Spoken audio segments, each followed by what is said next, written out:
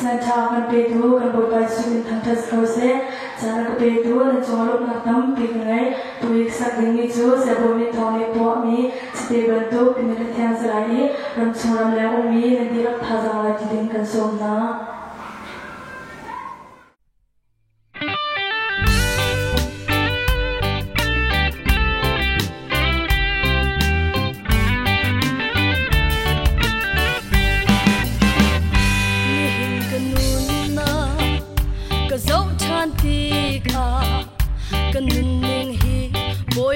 Piak ni asmo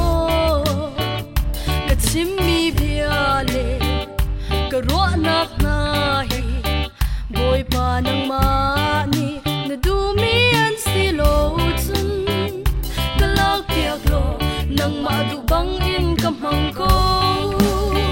si su ni vo lei chi te nang si ati si te kha al nak alo tunga chu din inda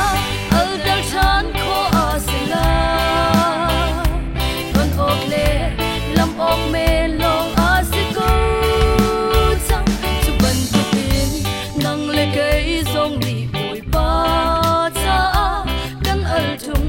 lo chul hon kan si vela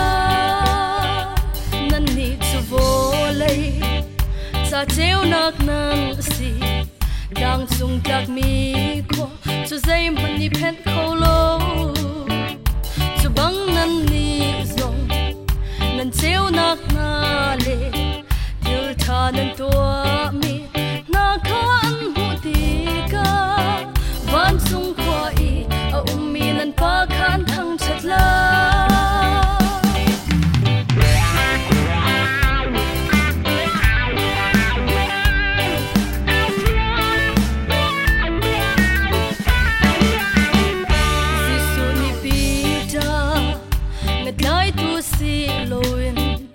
mitlai tu ding a kan ser lai ati jisu ni pita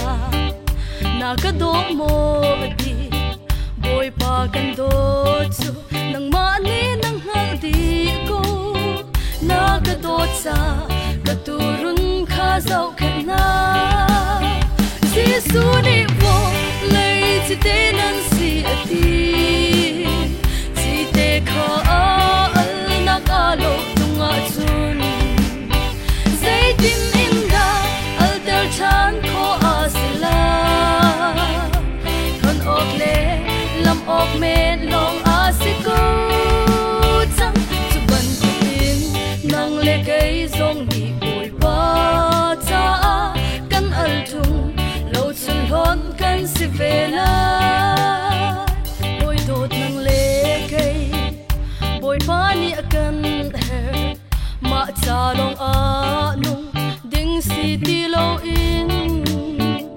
boy pa pek mi pa shang kan si ning chiao in tuan man hu na ding cha a si lo in tuan zuam nak le lung thin tak in tuan lu si su ni vo lei chi te nan si ati lo tunga chun zai din inda al dal chan ko asla kon okle lam ok me long asiko chang chu ban tu in nang le kai zong ni boy pa cha kan al tung lo chun hon kan si vela si su ni vo lei chi te nan si ati chi te kha al na alo tunga chun zai tin